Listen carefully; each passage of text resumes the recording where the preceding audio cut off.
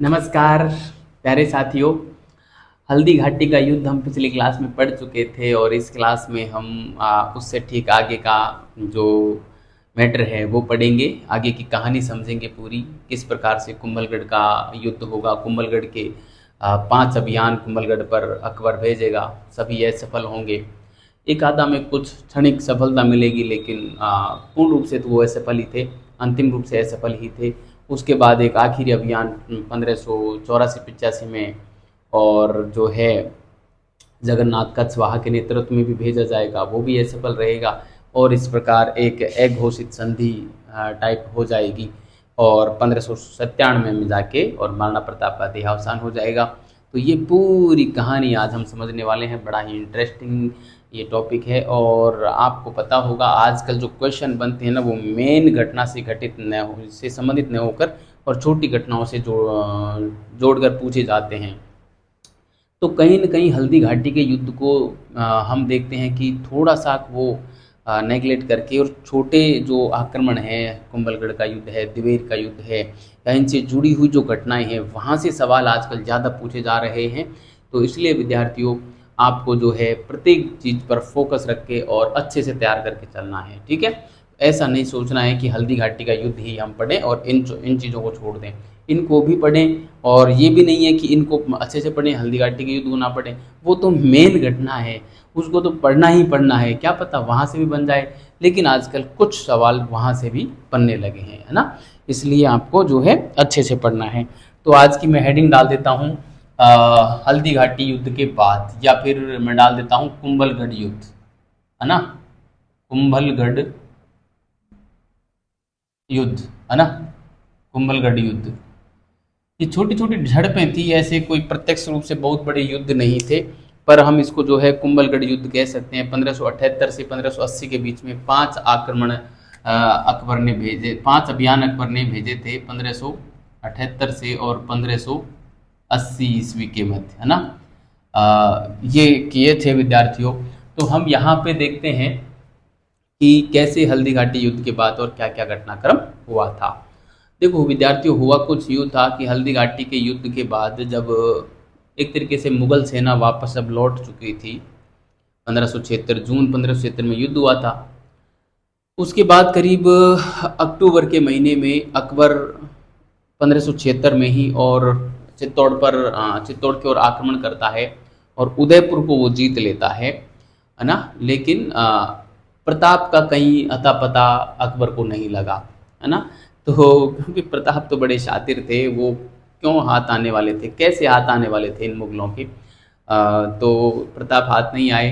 तो उदयपुर को अकबर ने जीत लिया, या उदयपुर पर अकबर का अधिकार हो गया। तो अकबर जो है उदयपुर को जगन्नाथ कछवाहा और फखरुद्दीन के अधिकार में सौंप कर और चले जाते हैं, डूंगरपुर बांसवाड़ा होते हुए मालवा चले जाते हैं, है ना? लेकिन उधर जैसे ही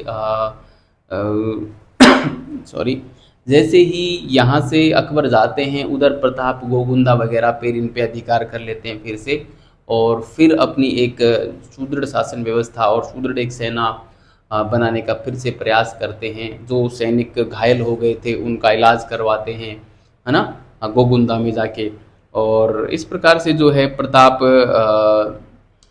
अपने को फिर सशक्त करने में लग जाते हैं। यहाँ तक कि अकबर के विरुद्ध वो जो है कई लोगों को भड़काते हैं, जैसे हमारे क्या नाम से ईडर के नारायण दास थे, है ना? उनको उनको भड़काया। राव चंद्र सेन ने जो नाडोल में विद्रोह किया था, उसमें भी प्रताप का अप्रत्यक्ष रूप से हाथ रहा। तो कहीं न कहीं प्रताप ने जो है कई लोगों को अकबर के विरुद्ध भड़काया था। सिरोही के राव सुल्तान को भी अकबर के विरुद्ध भड़काया था, है ना? ताकि वो अपने आप को सशक्त कर सके, दुश्मन को कमज़ोर कर सके। तो इन सारी घटनाओं को देखते हुए अकबर ने जो है फिर अभियान किया प्रताप पर, और उन अभियानों को हम कहते हैं कुंभलगढ़ का युद्ध, ठीक है? तो हम इसमें एक बेसिक परिचय लिखेंगे और उस परिचय में फिर आगे की कहानी बयां करते हैं हम, ठीक है? तो विद्यार्थियों, आप लिखना प्रारंभ करें। परिचय, परिचय लिखेंगे इसमें, ठीक है? परिचय में हम क्या लिखेंगे कि हल्दी घाटी युद्ध के बाद, हल्दी घाटी युद्ध के बाद, हल्दी घाटी युद्ध के बाद अकबर अकबर स्वयं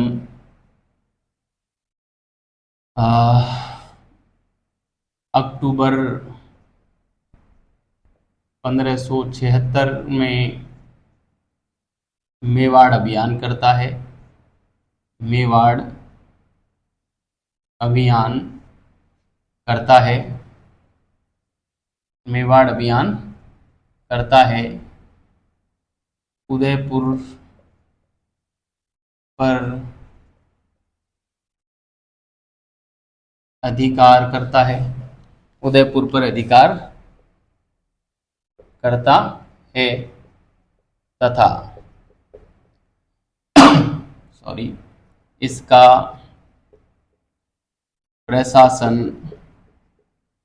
प्रशासन जगन्नाथ कछवाह व फखरुद्दीन को सौंपकर, फखरुद्दीन है ना, फखरुद्दीन को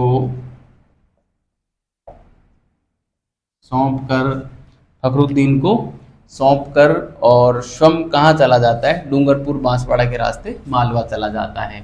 सौंपकर डूंगरपुर बांसवाड़ा के रास्ते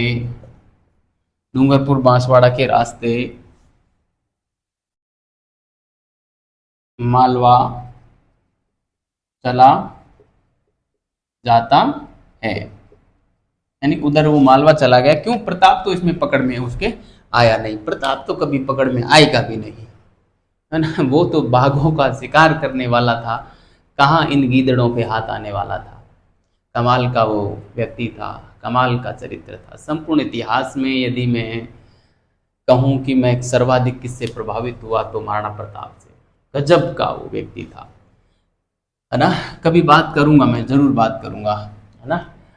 तो ये घटना हुआ। इसके बाद क्या हुआ? इसके बाद प्रताप ने, मैं यहाँ पे लिखूं, जो मानसिंह था वो भी यहाँ से जो है चला गया था, है ना। मानसिंह कछवाहा भी हल्दी घाटी युद्ध के बाद वो भी चला गया था। तो मैं यहाँ पे लिखूंगा मानसिंह कछवाहा के मेवाड़ से लौट जाने के बाद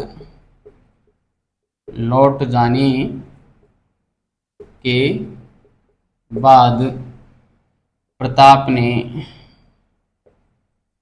ने गोगुंदा पर पुनः अधिकार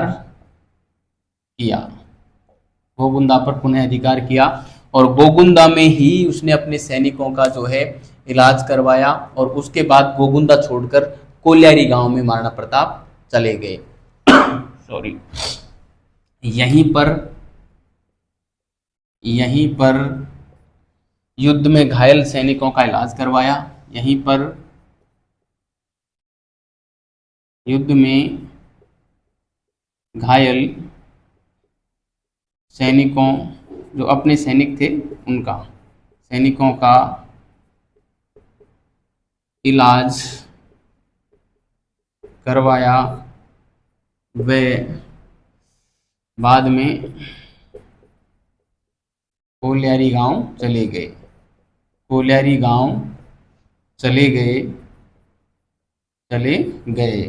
है ना। इस दरमियान प्रताप ने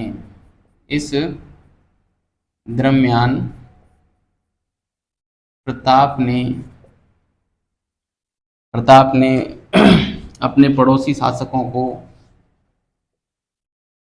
अपने पड़ोसी सरदारों को अकबर के विरुद्ध भड़काया। जैसे हम बात करें तो ईडर के नारायण दास थे, सिरोही के जो हैं राव सुल्तान थे, है ना, ईडर के रामदास जैसे, ईडर के रामदास को, है ना, वे राव सुल्तान, वे सिरोही के, वे सिरोही के राव सुल्तान को, वे सिरोही के राव सुल्तान को अकबर के विरुद्ध भड़काया। यहाँ तक कि सॉरी, मारवाड़ के राव चंद्रसेन के नाडोल विद्रोह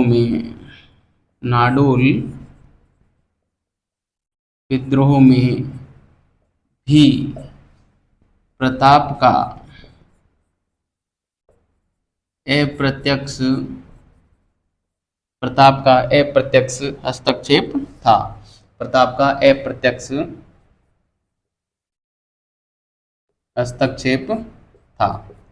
ठीक है, इंपॉर्टेंट बात मैं बता रहा हूं विद्यार्थियों, ये जो बात मैंने लिखी है ना, यहां से लेके यहां तक की, आपको अधिकांश जो यूट्यूब चैनल हैं या किसी भी कोचिंग संस्थान है, ऑफलाइन हो या ऑनलाइन हो, उसमें आपको मैक्सिमम बातें मिलेंगी यहाँ तक की, केवल ये बात मिलेगी, यहाँ से लेकर और यहाँ तक की बात मिलेगी।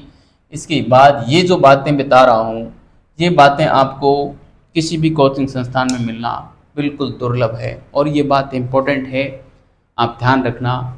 प्रताप से सवाल मुझे लगता है यहाँ से आ सकता है। ठीक है, इतनी इम्पोर्टेंट है, बहुत महत्वपूर्ण है।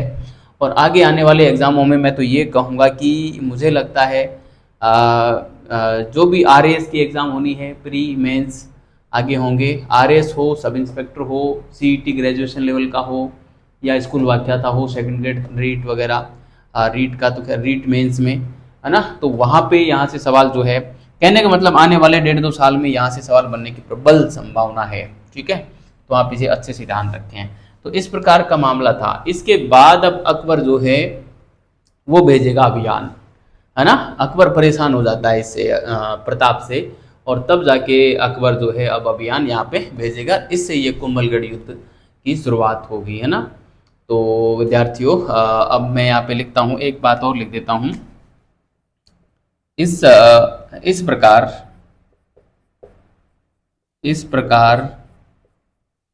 प्रताप की बढ़ती गतिविधियों को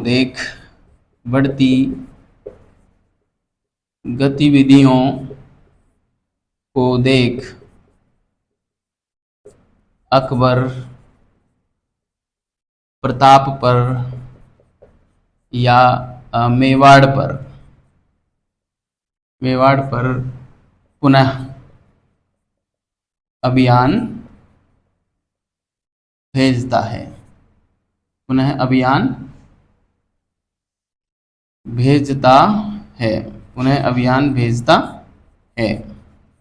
है ना, जिसमें कुल 5 अभियान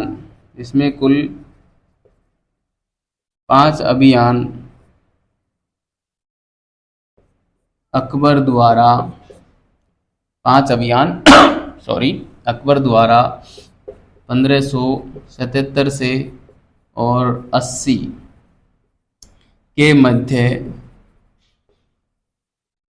भेजे जाते हैं, जिन्हें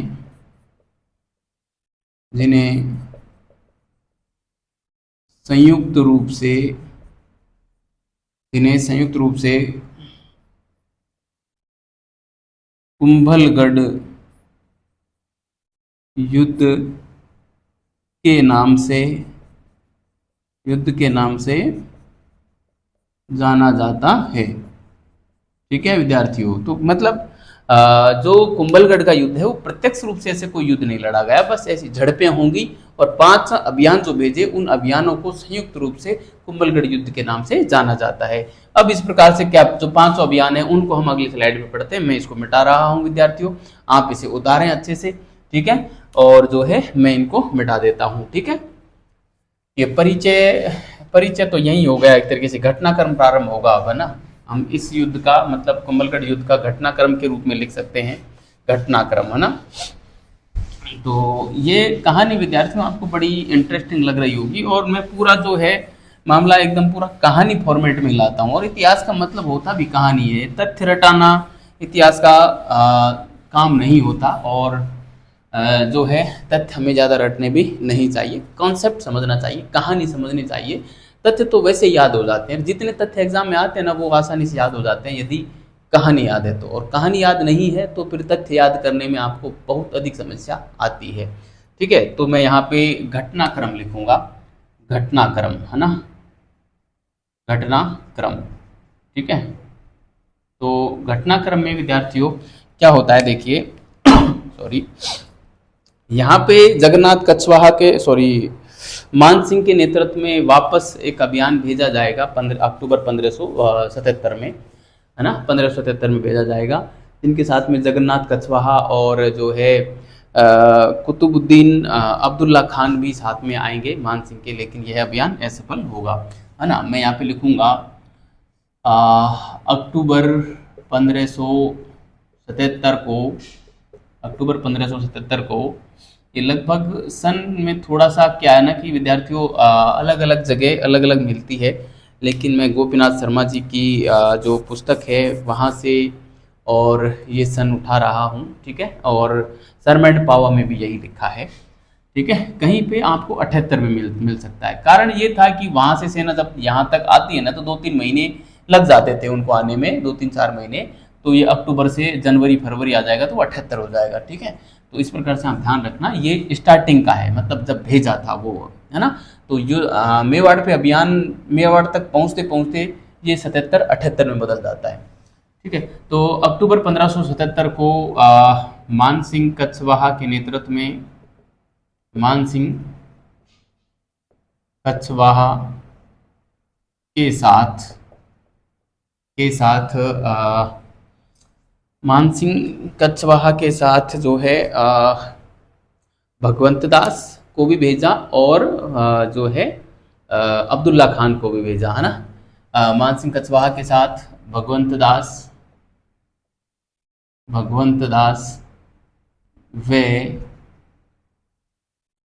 अब्दुल्ला खान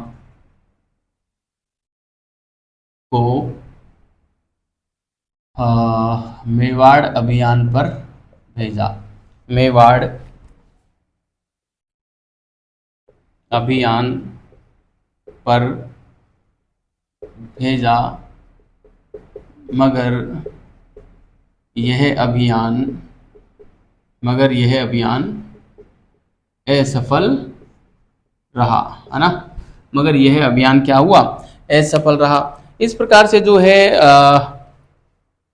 विद्यार्थियों ये पहला अभियान असफल रहा। दूसरा, तीसरा और चौथा अभियान, ये तीनों अभियान जो है वो शाहबाज खां के नेतृत्व में भेजे जाएंगे, शाहबाज खां के नेतृत्व में। और कहते हैं कि एक बार तो शाहबाज खां ने कुंभलगढ़ को जीत लिया था, मगर वो जीत क्षणिक थी, बाद में वापस छिन गया था। आगे जाके छीन लेगी महाराणा प्रताप। ठीक है, और कहते हैं कि कुंभलगढ़ की रक्षार्थ भाण सोनगरा और जो है इस युद्ध में जो है कुंभलगढ़ के रक्षार्थ वीर गति को प्राप्त हुए थे भाण सोनगरा। ठीक है, तो मैं यहाँ पे अगला दूसरा अभियान लिखूंगा, दूसरा, तीसरा, चौथा एक साथ लिख देता हूँ, है ना। इसके बाद एक के बाद एक, एक के बाद एक, एक के बाद एक तीन अभियान, एक के बाद एक तीन अभियान क्रम से 1500 77 से और 1578 है ना, 1577 और 78 में ही भेजे थे ये।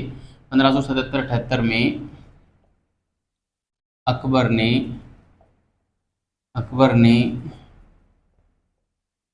शाहबाज खां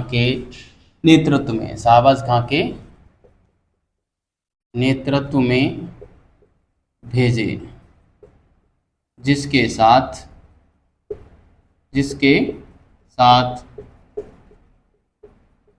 सैयद हासिम व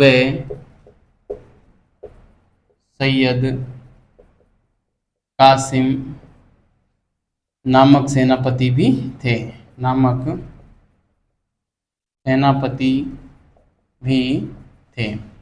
है ना।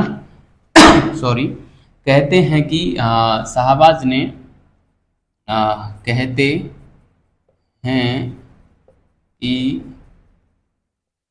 शाहबाज एकमात्र सेनापति था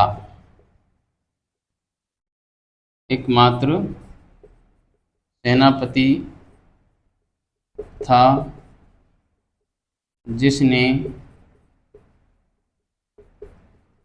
कुंभलगढ़ को जीता, है ना, जिसने कुंभलगढ़ को जीता। कुंभलगढ़ की रक्षार्थ भाण सोनग्रा प्रताप की ओर से वीरगति को प्राप्त हुए, है ना।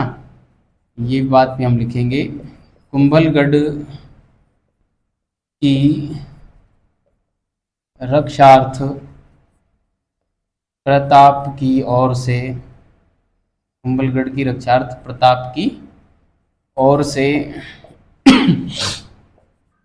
भाण सोनग्रा वीर गति को प्राप्त हुए। भाण सोनग्रा वीर गति को प्राप्त हुए, ना, बाण सोनग्रा वीर गति को प्राप्त हुए। ठीक है विद्यार्थियों, तो इस प्रकार से ये जो तीनों अभियान थे वो असफल ही होंगे यहाँ पे। लेकिन ये कुंभलगढ़ को जीता, लेकिन कुंभलगढ़ की जो जीत थी वो क्षणिक ही थी और कुंभलगढ़ जो है फिर कुछ दिनों बाद इससे निकल गया, है ना। लेकिन प्रताप फिर भी इसके जो है पकड़ में नहीं आए।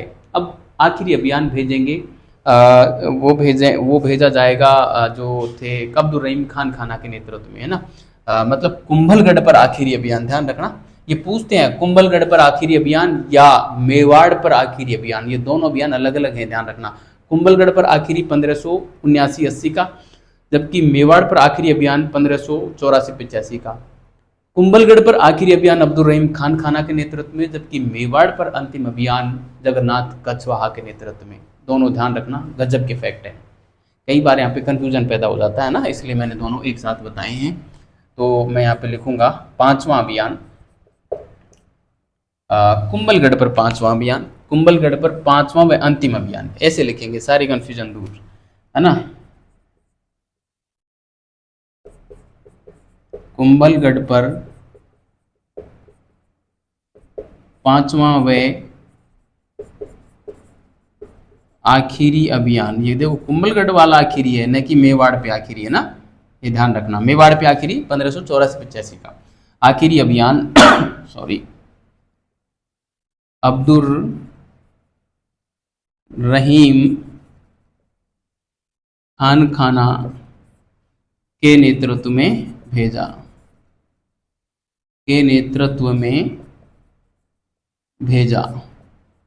है ना, के नेतृत्व में भेजा। इसने मेरपुर में अपने परिवार को रखा। मेरपुर में इसने क्या किया, अपने परिवार को रखा। मेरपुर में जो परिवार अमर सिंह के हाथ लग गया था, है ना, अमर सिंह उसको महाराणा प्रताप के समक्ष लेके गए, लेकिन महाराणा प्रताप ने कहा कि हमारी लड़ाई इन स्त्रियों से नहीं है, हमारी लड़ाई मुगलों से है, हम उन्हीं से लड़ेंगे, हमें इनको सह सम्मान और इनके परिवार के पास भेज देना चाहिए। तो अकबर ने प्रताप ने जो है अब्दुल रहीम खान खाना के परिवार को सह सम्मान आगरा पहुंचवाया, है ना। तो ये बात आपको देखो कितने महान थे महाराणा प्रताप। जबकि ये लोग क्या करते थे, ये हिंदू स्त्रियों को यदि पकड़ में आ जाती थी तो बस वो ले जाते थे और उनका सील भंग करते थे, उनके साथ शादी कर लेते थे ज़बरदस्ती, और उनकी इज्जत के साथ खिलवाड़ करते थे। मतलब ज़बरदस्त बदसलूकी करते थे ये लोग। ये तो इतने दुष्ट थे, लेकिन हमारे महाराणा प्रताप इसलिए महान थे। सोचिए आप, मतलब ऋषि मुनियों के जन्म बीत जाते हैं तपस्या करते करते, फिर भी वो अपनी काम वासना को जीत नहीं पाते, लेकिन ये इतने महान थे कि इन्होंने किसी भी प्रकार से और उनकी स्त्रियों पर, अपने दुश्मन पक्ष की स्त्रियों पर भी कोई आंच नहीं आने दी, है ना। इस प्रकार से महान थे। तो इसने मीरपुर में, मीरपुर क्या, शेरपुर है, सॉरी, शेरपुर है ये, मीरपुर नहीं, शेरपुर में, शेरपुर में अपने परिवार को सॉरी, अपने परिवार को रखा। मगर यह परिवार, है ना, मतलब जिसमें स्त्रियां व बच्चे थे, है ना, स्त्रियां व बच्चे, यह परिवार राजकुमार अमर सिंह के हाथ लगा। राजकुमार अमर सिंह के हाथ लगा, मगर प्रताप के कहने पर इस परिवार को सॉरी, इस परिवार को ससम्मान आगरा पहुंचाया गया।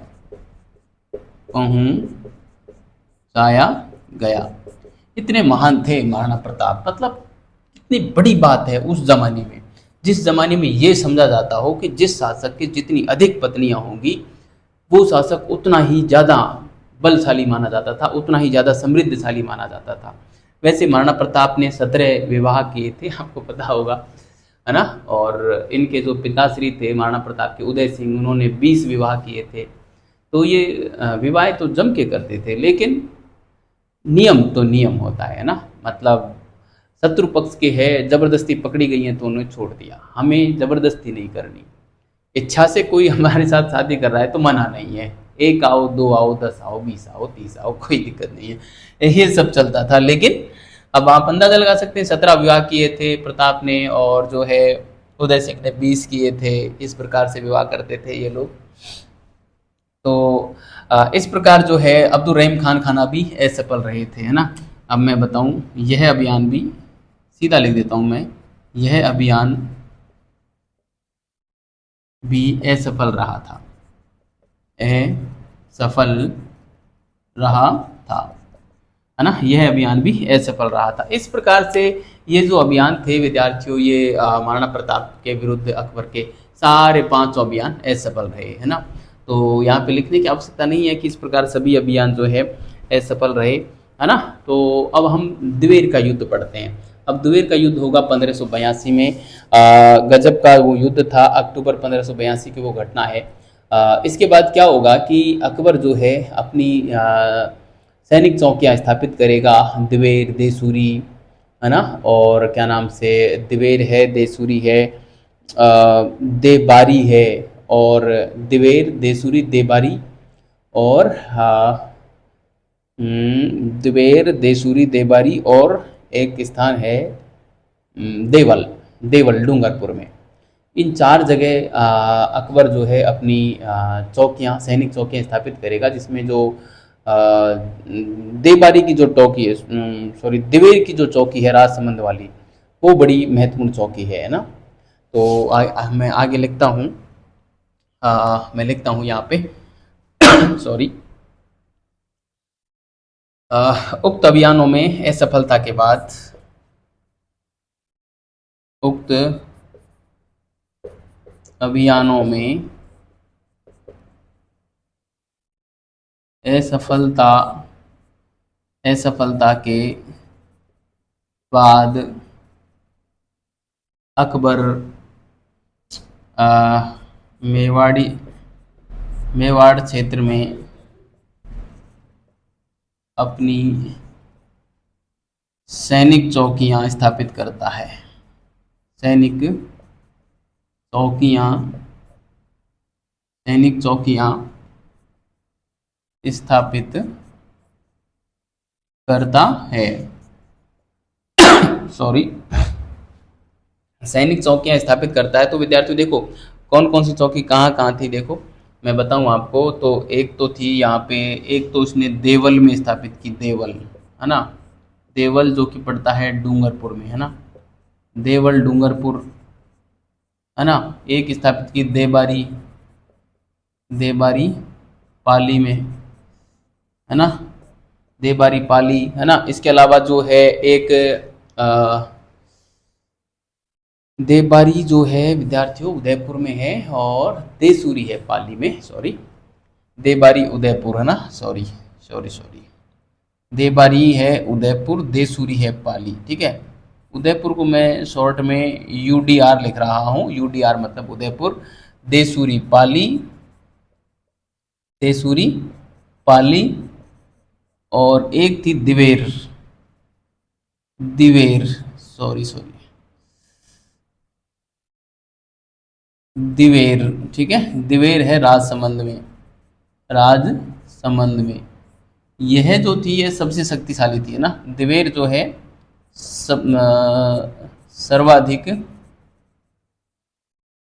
शक्तिशाली चौकी थी, है ना, सर्वाधिक शक्तिशाली चौकी थी, ठीक है। दिवेर की चौकी जो थी सर्वाधिक शक्तिशाली चौकी थी। इस प्रकार से 4 चौकियां स्थापित कर दी ताकि महाराणा प्रताप को पकड़ा जा सके। लेकिन वही बात है ना, गीदड़ के कभी हाथ में सिंग नहीं आ सकता, कभी नहीं आ सकता। ये चाहे कितना ही क्या कुछ कर ले, होगा ये बादशाह होगा। तो यही कारण है कि जब प्रताप की मृत्यु की खबर जब अकबर सुनता है तो आंखों में आंसू आ जाते हैं कि गहलोत राणो जीत गयो। उसने एक ही शब्द निकला उसके मुंह से कि गहलोत राणो जीत गयो। जिस दिन वो मरा महाराणा प्रताप, और प्रताप के मृत्यु की खबर जब दुर्सा आडा ने लाहौर में अकबर को सुनाई, तो उसके ही मुख से आंखों से आंसू थे, और मुख से एक ही शब्द निकला कि गहलोत राणो जीत गयो, कि वो जो गहलोत राणा है वो जीत गया, मैं हार गया वास्तव में। तो कभी पकड़ में नहीं आए। अब ये मैं यहाँ से अब दिवेर युद्ध की हेडिंग डाल के और उसके बारे में कुछ लिखना चाहूँगा। मैं इसको मिटा रहा हूँ विद्यार्थियों, ठीक है, मैं इसको मिटा रहा हूँ। ये कुंभलगढ़ का मामला इतना ही था। आपको कहानी पूरी समझ में आ रही होगी। अब देखो कुंभलगढ़ में 5 अभियान भेजे, सफल रहे। उसके बाद अब वो महाराणा प्रताप को अपने कब्जे में करना चाहता है और उसके लिए सैनिक चौकियां स्थापित कर दी। और इन सैनिक चौकियों के बावजूद भी वो प्रताप को पकड़ने में, प्रताप को पकड़ना तो दूर की बात, उसको ये पता नहीं था कि प्रताप है कहाँ।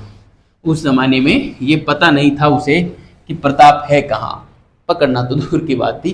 तो अब सॉरी, दिवेर का युद्ध यहाँ पे होगा, दिवेर का युद्ध, है ना, दिवेर का युद्ध ये होगा विद्यार्थियों अक्टूबर 1582 में, है ना, दिवेर का युद्ध, जिसको मेवाड़ का मैराथन भी कहा जाता है। मेवाड़ का मैराथन, है ना, किसने कहा था? टोड ने कहा था। किसने? कर्नल टोड ने कहा था। कर्नल टोड की पुस्तक का नाम क्या है? Annuls and antiquities of Rajasthan. उस पुस्तक में कर्नल टोड ने दिवेर के युद्ध को मेवाड़ का मैराथन कहा था। घटना कुछ यूं है विद्यार्थियों कि ये जो दिवेर में इसकी मजबूत शक्तिशाली सेना थी, किसकी? मुगलों की। और यहाँ पे सेरिमा सुल्तान, काका सेरिमा सुल्तान को अकबर ने भेजा कि आप जाइए और प्रताप पर आक्रमण कीजिए, प्रताप को पकड़ के और मेरे पास लाइए।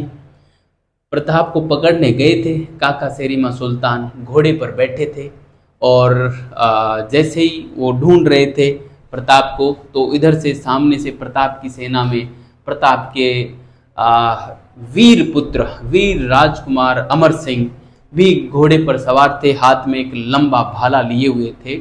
और जैसे ही अमर सिंह ने सामने काका सेरिमा सुल्तान को घोड़े के ऊपर देखा तो उनकी भुजाएं फड़क उठी, उनकी भुजाओं में एकदम बिजली सी कौंध गई, और उन्होंने अपने हाथ से एक भाला लिया और भाले को उस काका सेरिमा सुल्तान के ऊपर से ऐसा मारा कि काका सेरिमा सुल्तान के शरीर के आर पार होके वो भाला निकल गया और घोड़े के भी आर पार होके निकल गया और भाला इतने गहराई में गया कि जमीन में भी वो धंस गया और ऐसा धंसा कि काका सेरिमा सुल्तान एकदम स्टैचू बन गए, मूर्ति बन गए, हिले तक नहीं। आप एक बार कल्पना करके देखिए कि कितना भयंकर प्रहार अमर सिंह ने किया होगा। घोड़े के ऊपर कोई व्यक्ति बैठा है, उसके ऊपर से भाला मारना और उसके पूरे बदन को छेदता हुआ और उस घोड़े के बदन को छेदता हुआ जमीन में भी इस प्रकार से धंस गया कि घोड़ा टस से मस नहीं हुआ और एकदम मूर्ति, मानो मूर्ति स्थापित करती हो, एकदम एरोलाइट फेविकॉल लगा के एकदम सेट कर दी हो, इस प्रकार से स्टैचू बना दिया एक ही प्रहार में। गजब का प्रहार था। कहते हैं कि वो वीर पिता का वीर पुत्र था और उसने उस वीरता का जबरदस्त प्रदर्शन और इस दिवेर के युद्ध में किया और मुगलों के दांत खट्टे कर दिए, मुगलों को फिर से मेवाड़ से बाहर भगा दिया। और ये अंतिम, एक प्रकार से अंतिम युद्ध था। एक तरीके से युद्ध तो अंतिम ही था मान के चलना। वैसे एक अभियान और आएगा ना, लेकिन इस युद्ध में मुगलों की जो है पराजय हुई और मेवाड़ी इसमें जीत गए और फिर प्रताप ने लगभग जो है अपने करीब 36 ठिकाने और प्रताप ने जीत लिए थे इस युद्ध के बाद, है ना। चित्तौड़ को बस वो नहीं ले पाया था। चित्तौड़ और एक शायद मांडलगढ़, ये दो ऐसे स्थान थे जिनको प्रताप की मृत्यु तक प्रताप वापस नहीं ले पाया था। बाकी लगभग अपना सारा मेवाड़ क्षेत्र प्रताप ने अपने कब्जे में कर लिया था। तो ये बात मैं यहाँ पे लिख देता हूँ। अकबर ने काका सेरिमा सुल्तान ये दिवेर चौकी का जो अधिकारी था ना, दिवेर चौकी का प्रमुख था, एक प्रकार से दिवेर चौकी का प्रमुख था ये, है ना, को मेवाड़ अभियान पर भेजा। अभियान पे क्या भेजा, यहाँ पे युद्ध ही होगा, भेजा जहां पर, मतलब यहाँ दिवेर में ही, जहां पर दिवेर नामक स्थान पर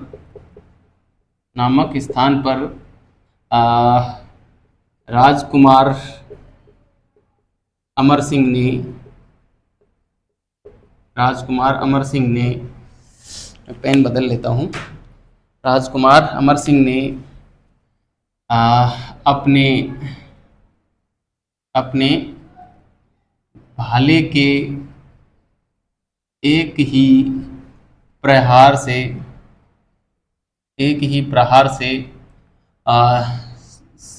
सेरिमा सुल्तान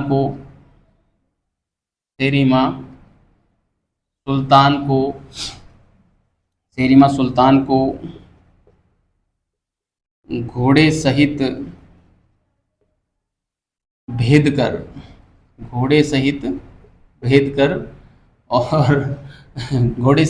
कर एकदम स्टैचू बना दिया ना, मूर्ति बना दी एक तरीके से ना, घोड़े सहित भेद कर उसका वध कर दिया। आप ये स्टैचू बनाने की बात मैं नहीं लिखूंगा, इतना ही लिखूंगा, वध कर दिया। इस प्रकार दिवेर का युद्ध इस प्रकार दिवेर का युद्ध मुगल हार गए, ठीक है। इस प्रकार दिवेर का युद्ध मुगल हार गए, ठीक है। और इसे कर्नल टोड ने मेवाड़ का मैराथन कहा है, ये बात मैंने पहले ही बता दी, ठीक है। अब एक और अभियान भेजेंगे, कौन, मतलब अकबर भेजेंगे जगन्नाथ कछवाहा के नेतृत्व में, लेकिन वो अभियान भी जो है असफल रहेगा। उससे पहले क्या होता है, जैसे इस युद्ध में पराजित हुए मुगल, तो मुगल यहाँ से सेना भाग गई और प्रताप ने लगभग सारे क्षेत्र यहाँ पे जीत लिए, है ना। और वो चावंड में अब यहाँ पे अपनी राजधानी बनाएगा। लूणा चावंडिया से प्रताप जो है 1583 में, और चावंड को जीतकर लूणा चावंडिया से, और 1585 में चावंड को अपनी राजधानी बनाएगा। 83 में चावंड जीता, 85 में राजधानी बनाया, है ना। तो इससे पहले केलवाड़ा कुंभलगढ़ को राजधानी प्रताप बना चुका था। उसके बाद वो है जो है अपनी राजधानी गोगुंदा को बनाया, और फिर इसने चावंड को 1585 में राजधानी बनाया। और इस प्रकार से प्रताप की राजधानियों का क्रम रहेगा। देखो मैं यहाँ पे एक नोट डाल के लिख सकता हूँ, प्रताप की पहले चावंड को जीतने वाली बात लिख लेते हैं, फिर राजधानियों का क्रम में लिखाऊंगा, है ना। तो मैं आगे लिखूंगा, इसके बाद प्रताप ने सॉरी लूणा चावंडिया को पराजित करके 1583 ईस्वी में चावंड जीता।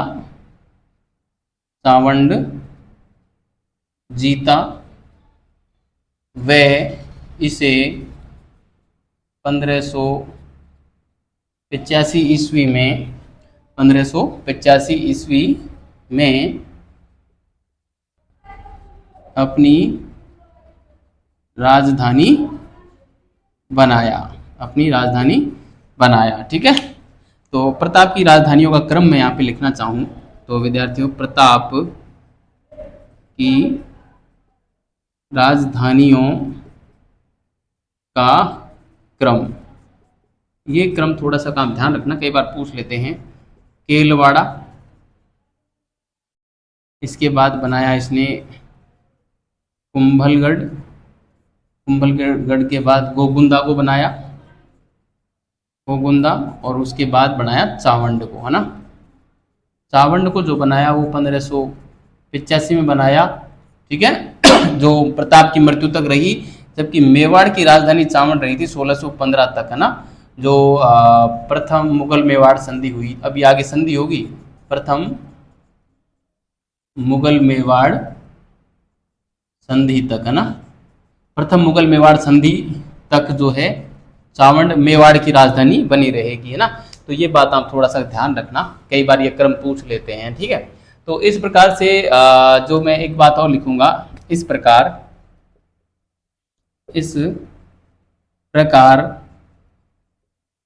प्रताप ने अपने 36 ठिकाने पुनः प्राप्त कर लिए, ठीक है।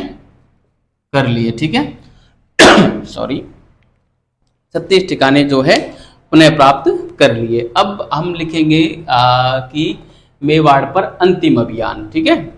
मेवाड़ पर अंतिम अभियान, मेवाड़ पर अंतिम अभियान, ठीक है।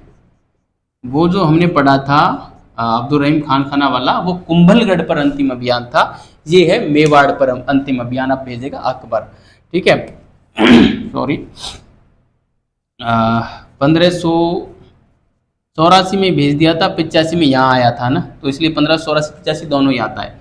1584-85 ईस्वी में अकबर ने जगन्नाथ, ये जयपुर से ही थे ना, जगन्नाथ कछवाहा, ना, ये कछावा जयपुर में ही थे। जगन्नाथ कछवाहा के नेतृत्व में मेवाड़ पर मेवाड़ पर अंतिम अभियान भेजा।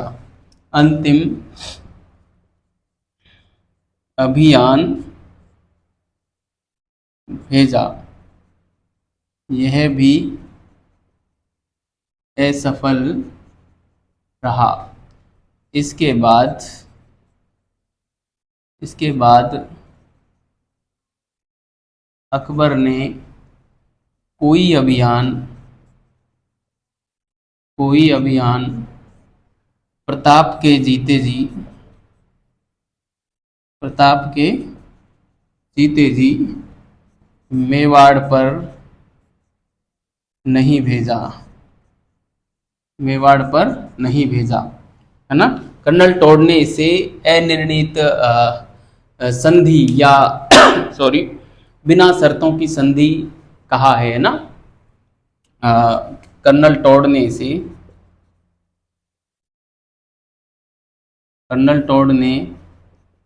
इसे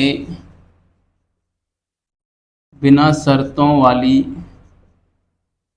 संधि की संज्ञा दी है,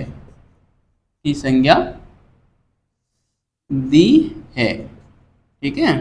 कर्नल टॉड ने इसे बिना शर्तों वाली संधि की संज्ञा दी है। टॉड की पुस्तक वही annuls and antiquities of Rajasthan, उस पुस्तक में दी है, ठीक है। वैसे कर्नल टॉड काफी बाद में हुए थे, करीब इस घटना के तो करीब 200 साल बाद, 200 सवा 200 साल बाद हुए थे, है ना। अब सॉरी, तो ये था प्यारे 200 सवा 200 क्या बहुत बाद में हुए थे, और भी ना 1800 करीब 29 की समथिंग इसने ये पुस्तक लिखी थी, ठीक है। तो खैर जो भी है, हमें वो गैप याद रखने की आवश्यकता नहीं है। तो ये था प्यारे विद्यार्थियों अकबर का प्रताप के विरुद्ध अभियान, और अकबर को कभी भी सफलता नहीं मिली। अब हम प्रताप की मृत्यु के बारे में थोड़ी सी बात जान लेते हैं कि किस प्रकार से उनकी डेथ हुई, और फिर हम जो है इस क्लास को खत्म करेंगे महाराणा प्रताप को, ठीक है। तो मैं इसको मिटा रहा हूँ विद्यार्थियों, आपने इसको उतार लिया होगा, ठीक है। और किस प्रकार से एक लंबा संघर्ष प्रताप ने किया और कभी मुगलों के आगे घुटने नहीं टेके। जिनका जो ध्वज था, इसका कुंभल, ये मुगलों का ध्वज संपूर्ण भारत में लहरा रहा था, वहीं मेवाड़ में और मेवाड़ियों का ध्वज लहरा रहा था। जिनका जो राज्य वाक्य हुआ करता था, जो दृढ़ राखे धर्म को ती ही राखे करतार, जो अपने धर्म को दृढ़ रखता है उसकी लाज वो करतार रखता है। और अपने धर्म को इन्होंने बचाए रखा था। कैसे देखो, उनकी स्त्रियां भी पकड़ में आई, लेकिन उनके साथ कोई छेड़छाड़ नहीं की। यदि वो छेड़छाड़ करते तो अपने धर्म को भंग कर देते, धर्म को भंग कर देते तो वो लोग जो है उनकी रक्षा करतार नहीं कर पाता, ऐसा इन लोगों का मानना था। और इसीलिए उन्होंने देखो शादी भी कर सकते थे, लेकिन नहीं, उसमें यानी कि मुस्लिमों के साथ शादी भी नहीं की, है ना। जैसा कि वीरमदेव ने भी शादी नहीं की थी। फिरोजा ने आगे से प्रस्ताव रखा था शादी का, लेकिन उसने कह दिया था कि नाने नो लाजे भाटियो कुड़ लाजे चौहान, जे में परनु तुर्कणी तो पश्चिम उजे भाण। तो ये लोग जो है अपने धर्म पे बड़े ही अडिग रहने वाले लोग थे, है ना। अब मैं यहाँ पे लिखूंगा महाराणा प्रताप का अंतिम समय, ठीक है। महाराणा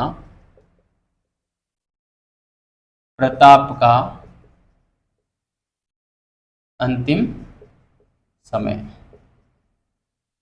विद्यार्थियों, 19 जनवरी 1597 को एक धनुष की प्रत्यंचा चढ़ाते हुए प्रताप का जो है देहावसान हो जाता है।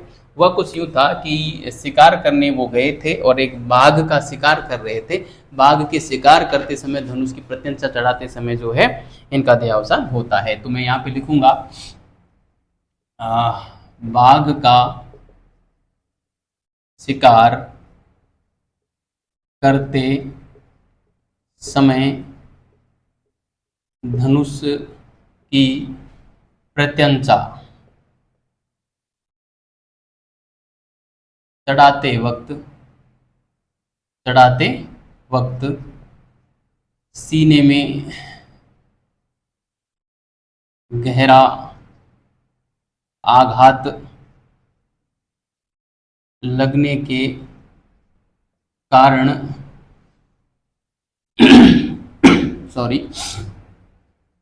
19 जनवरी 1597 को प्रताप का देहावसान हो गया, है ना। मतलब धनुष की प्रत्यंचा चढ़ा रहे थे, धनुष जो होता है उस पे डोरी बांध रहे थे, है ना। डोरी को बांधते हैं ना तो इतना ही टाइट बांधते हैं ताकि वो तीर उतनी ही गति से निकले आगे, ना। जितना टाइट बांधते हैं ना उतनी गति से जाता है। और कहते हैं कि उस प्रत्यंचा चढ़ाते समय मतलब एक भयानक जो है झटका इनके है जो इसको चेस्ट को लगा था, और उस झटके के कारण चेस्ट में जो आंतें थी उन आंतों में कोई घाव हो गया था, और उसके चलते तत्काल मृत्यु नहीं थी, कुछ दिन तक ये जो है बीमार रहे थे और फिर इनका देहावसान हो गया था, ठीक है। सॉरी। आगे हम लिखेंगे प्रताप की मृत्यु की खबर, मृत्यु की खबर कवि दुर्सा आडा, जो कि अकबर के दरबारी थे, अकबर के दरबार में रहते थे, दुर्सा आडा ने अकबर को लाहौर में दी, लाहौर में दी। ठीक है, अकबर को लाहौर में दी। अब ये बात हम लिखेंगे नहीं कि अकबर को आंसू आ गए, गहलोत राणो जीत गयो। ये सारी बातें एक साहित्यिक बातें हैं, इसके कोई पुरातात्विक स्रोत नहीं मिलते, और जब तक पुरातात्विक स्रोत नहीं मिलते तब तक उस बात को प्रामाणिक इतिहास में नहीं माना जाता। इतिहास जो कि साक्ष्यों पर आधारित है ना, मन की भावनाओं को, कल्पनाओं को, जो दिल की उड़ान है, उसको इतिहास में स्थान नहीं दिया जाता। वो रोमांटिसिज्म होता है ना, वो हिस्टोरिकल नहीं होता। ठीक है, तो ये था प्यारे विद्यार्थियों प्रताप के बारे में कुछ प्रमुख बातें। इसके अलावा मैं कुछ बातें और लिखना चाहूँगा। प्रताप जो है, प्रताप के कुछ दरबारी कवि भी थे, जैसे अमरसार के लेखक थे जीवधर थे, है ना, जीवधर, जिन्होंने अमरसार की रचना की। एक चक्रपाणी मिश्र भी थे, जो कि पर्यावरणविद थे और अच्छे कवि भी थे, और शिल्प शास्त्र का भी उन्हें ज्ञान था, जिसने विश्व वल्लभ और व्यवहार दर्शन जैसी पुस्तकों की रचना की थी। मुहूर्तमाला की भी रचना की थी, है ना। ये बात मैं यहाँ पे लिखना चाहूँगा। प्रताप के दरबारी, प्रताप के दरबारी विद्वान, ये विद्वानों के नाम भी आपको बहुत कम कोचिंग संस्थानों में देखने को मिलेंगे, है ना। तो सॉरी, एक तो था जीवधर, है ना, जीवधर, इसने क्या लिखा था, अमरसार लिखा था, अमरसार, है ना, मतलब अमर सिंह पे लिखा था एक तरीके से, अमरसार, है ना। एक तो ये था। दूसरा था विश्ववल्लभ, है ना, विश्ववल्लभ क्या, चक्रपाणी मिश्र था विश्ववल्लभ का रचयिता, है ना, चक्रपाणी मिश्र, चक्रपाणी मिश्र, है ना, चक्रपाणी मिश्र थे, जिन्होंने ये एक तो शिल्प शास्त्र के ज्ञाता थे विद्यार्थियों, शिल्प शास्त्री थे, शिल्प शास्त्री व पर्यावरणविद, है ना, शिल्प शास्त्री व पर्यावरणविद थे, और सॉरी, कवि भी थे, कवि भी थे। इनकी रचनाएं कौन कौन सी हैं, एक तो हैं विश्ववल्लभ, दूसरी है मुहूर्तमाला, और तीसरी मैं लिखूं तो यहाँ पे व्यवहार दर्शन, ठीक है, व्यवहार दर्शन। ये प्रमुख बातें थी विद्यार्थियों प्रताप से संबंधित। इसके अलावा प्रताप से संबंधित कुछ अन्य जो है रचनाओं के नाम भी मिलते हैं। बहुत सारे लोग थे, जैसे आर सी मजूमदार ने राजपूत जीवन संध्या एक उपन्यास लिखा, बंकिम चंद्र चटर्जी ने मेवाड़ के दो महाराणा, जिसमें प्रताप और राज सिंह पे लिखा, और एक राज सिंह चरित्र भी, राज सिंह उपन्यास भी बंकिम चंद्र चटर्जी ने लिखा था। तो ये बात भी मैं यहाँ पे लिखना चाहूँगा। देखो अन्य विद्वान भी थे, प्रताप के दरबारी नहीं थे, है ना, प्रताप के दरबारी नहीं थे, लेकिन प्रताप से संबंधित रचना। मैं इसको मिटा रहा हूँ और फिर लिखूंगा, ये आपने उतार ही लिया होगा, ठीक है। यहाँ से भी सवाल बन जाते हैं कई बार, बहुत कम चांसेस हैं, लेकिन आगे सवाल जब बन जाते हैं ना, तब हमको थोड़ा सा पता चलता है कि ये भी पढ़ लेते तो सही रहते, है ना। तो मैं यहाँ पे लिखूंगा प्रताप से संबंधित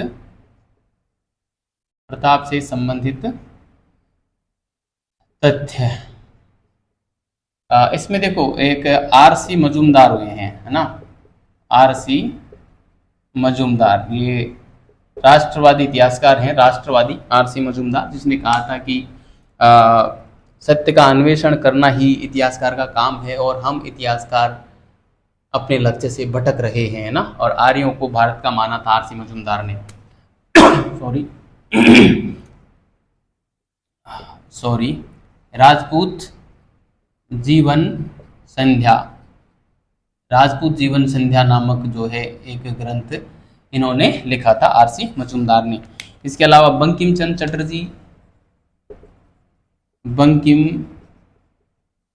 चंद्र चटर्जी, बड़ा नाम है, आनंद मठ के रचयिता, है ना, वही हैं ये बंकिम चंद्र चटर्जी। इन्होंने दो, एक तो लिखे मेवाड़ के दो महाराणा नाम से एक उपन्यास लिखा, है ना, मेवाड़ के दो महाराणा, है ना, मेवाड़ के दो महाराणा। इसमें दो महाराणा कौन थे?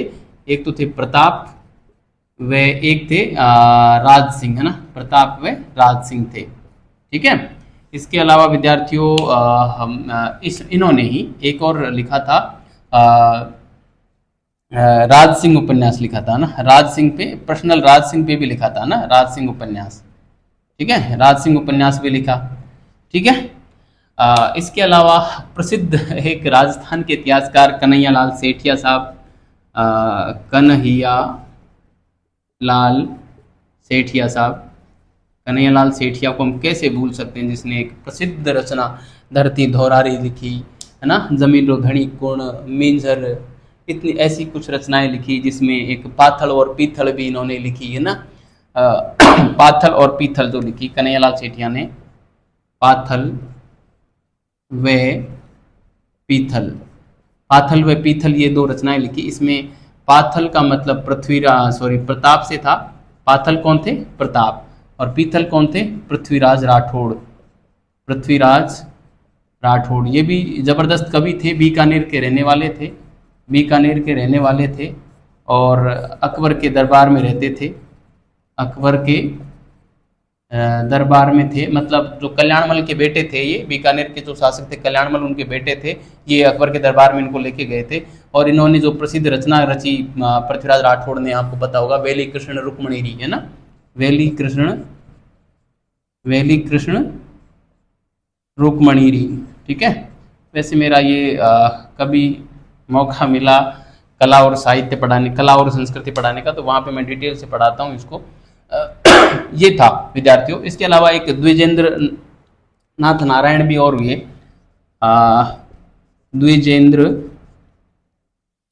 द्विजेंद्र नारायण, है ना, द्विजेंद्र नारायण। इन्होंने इन्होंने जो है एक उपन्यास प्रताप सिंह नाम से प्रकाशित करवाया था 1905 में जाके, है ना, प्रताप सिंह उपन्यास 1905 में प्रकाशित करवाया था, 1905 में प्रकाशित करवाया था। ठीक है, प्रकाशित करवाया था। एक व्यक्ति का नाम और आप ध्यान रखें,